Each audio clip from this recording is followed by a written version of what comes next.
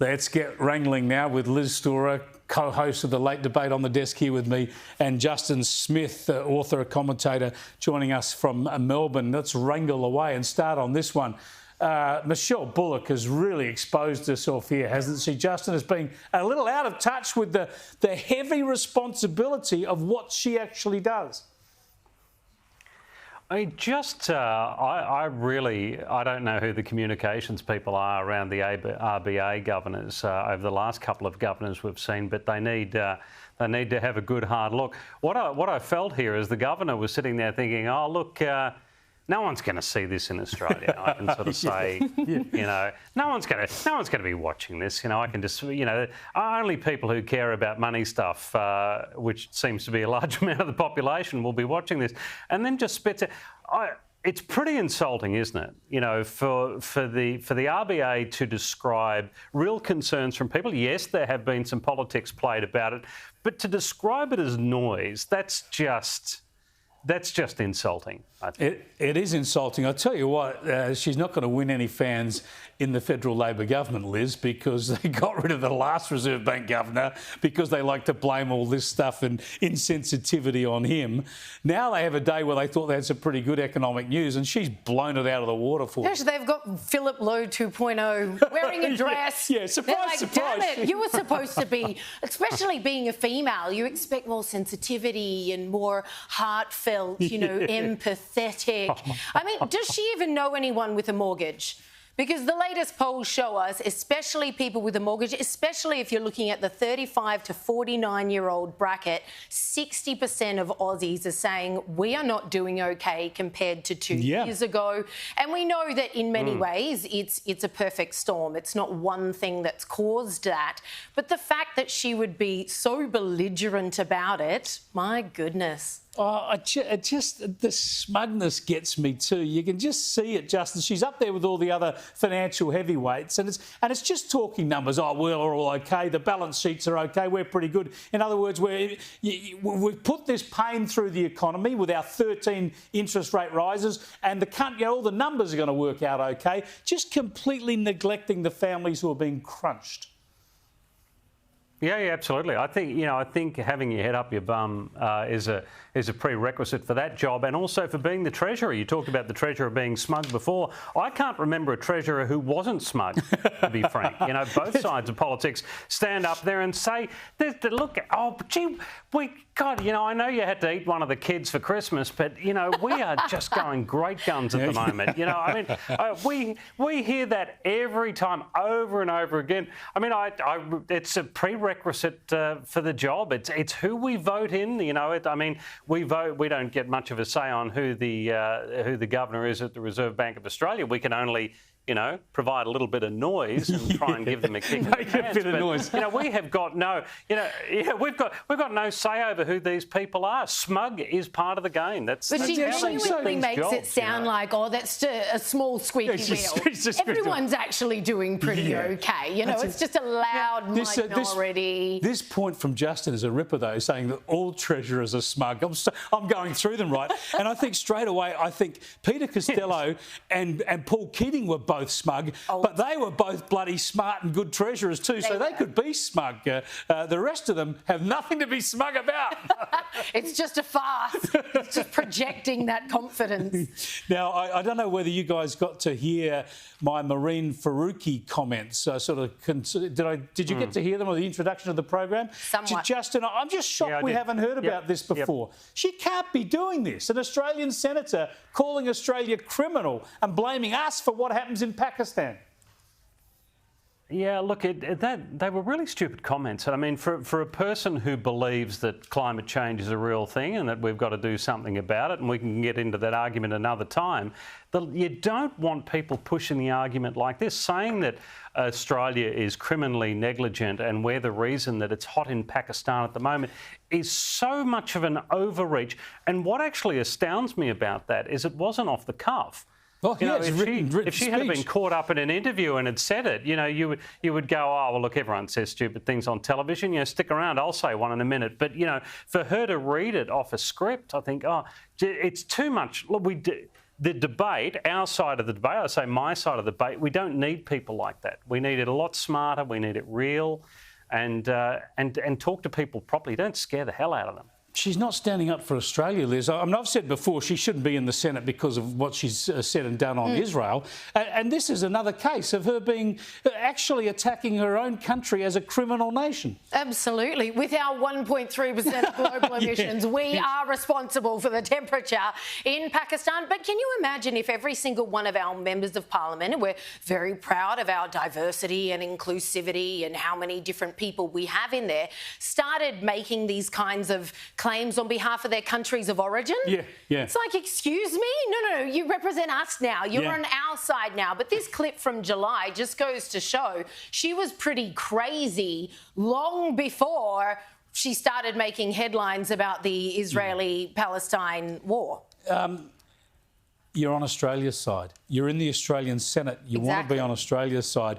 Now, I don't think the Canberra Press Gallery reported this at all. Now, they should. They say it's nutty comments, but it's from a senator and it's germane to a big national argument. And prove me wrong, someone, but I couldn't find anything courtesy of Dr. Google about those reports those words being reported. Now, I want to get on to this border security mess. Liz, this is getting worse and worse for the Labor government. Incompetence coupled with weakness, surely. Is it any wonder? Their last budget, they cut our border security regime by $600 million. They announced to all and sundry, publicly said we're no longer doing temporary protection visas. I mean, why don't we just put, all the while failing completely to put up sufficient surveillance, maritime surveillance, and we might as well just, at this point, because it would be a lot cheaper, just elect giant billboards being like, people smugglers, we're back in business, baby. We talked tough for a while. We got you. Yeah, Justin, look, this really worries me because of the trauma and torment and deaths we've seen before when we've opened up this trade. Labor have talked a big game. They started off reasonably well on this stuff, but all the signs there now are that they're getting weak and the people smugglers are onto it like, you know what, on you know what. Yeah. Look, it's hard to find the counter argument to that, I've got to say. Look, there's two things I really hate around the border security argument. One of that is, political grandstanding and going in way too hard and losing all our compassion, and that does happen. And the other one is weakness. And look, Labor has been, their record, it is appalling. In this area. And I think one of the reasons why it is, and we talked about this before, is they try to have a bob each way. They want to be tough for their Conservative voters who might be swaying towards Liberal, but they also are swaying towards Labor. But they also want to be seen to be, they want to try and keep some of their left base in there as well. So they just try and walk this ridiculous path, and they've done it so badly in the past. I was really hoping that they would do. I was rooting for them. I really hoped they would do a hell of a lot better job than what they're doing. But it's hard to find a pulse in Albanese these days, and I hope they can fix it, because there's lives at stake if they don't, obviously. Absolutely. And the idea that we have these non-citizen criminals roaming the streets now and the government really doesn't know what to do with them. I want to show you here, I'll give the director a bit of a clip, a bit of a tip. I want to go forward to a clip from Sunrise on 7 this morning because I want to show you how the new minister, Claire O'Neill, is trying to run a pointless argument, sort of pretending they've done nothing wrong, as if they had this all in hand. It's so clear that they had so many warnings, they should have been ready to deal with this. Could you have kept the others in while you waited for very this? Very simple Absolutely. answer to your question, Nat. And I think, Nat, you know the answer. I think Jane knows the answer. And the answer to that question is absolutely not. You could have waited for the High Court reasoning to keep these people in detention. Jane, you know that not to be true. This is the first time I have ever heard you outright lie on camera, and you should not do it. This is the first time you've we owe each other demonstrated better such than that, and we owe the. Yeah, they have similar taste in jackets, but but beyond that, they disagree. Should be on the same team. I mean, come on, guys. But it's so clear they should have been ready for this. So they had a special visa or special conditions, and also they just jumped at it on day one. All right, out you go. 100%. And Claire O'Neill, again on Sunrise just last week, stared down the barrel and said, look, I want to make it really clear to your viewers, if it were up to me, none of them would be free. To which it is up to you. It is up to you. That is your job. You make the laws. If there are loopholes, if there is anything that allows this to happen on your watch, change the rules. You're the rule maker. Honestly, it has been so completely and utterly embarrassing watching this woman try to be immigration minister. Like, it is genuinely eye-wateringly bad. I can't bear it. Look, I remember right at the start of this issue, Justin, saying that there's a bit of moral panic about this because criminals always serve their time and get let out. But I was assuming they would deal with it sensibly. We've got no idea because some of these people obviously shouldn't be free, not the whole 141 presumably, but the government's got no idea. There's no solution in place and they're wandering around and half the time they don't know where they all are.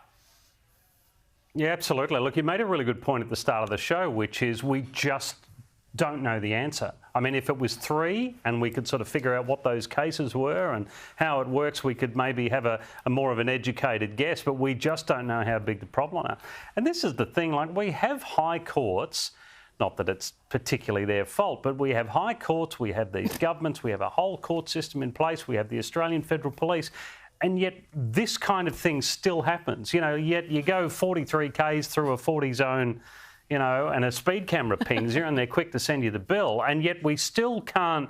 This is not a grudge I have particularly at the moment, but you know, but we still have these people in place. You know, don't read too much into it, but we still have these people in place, and they still bugger it up so badly and put the community at risk. You just wonder how, you know, how it could have got to that stage. And these are the basics. Like, this is literally rule number 1, keep your citizens safe.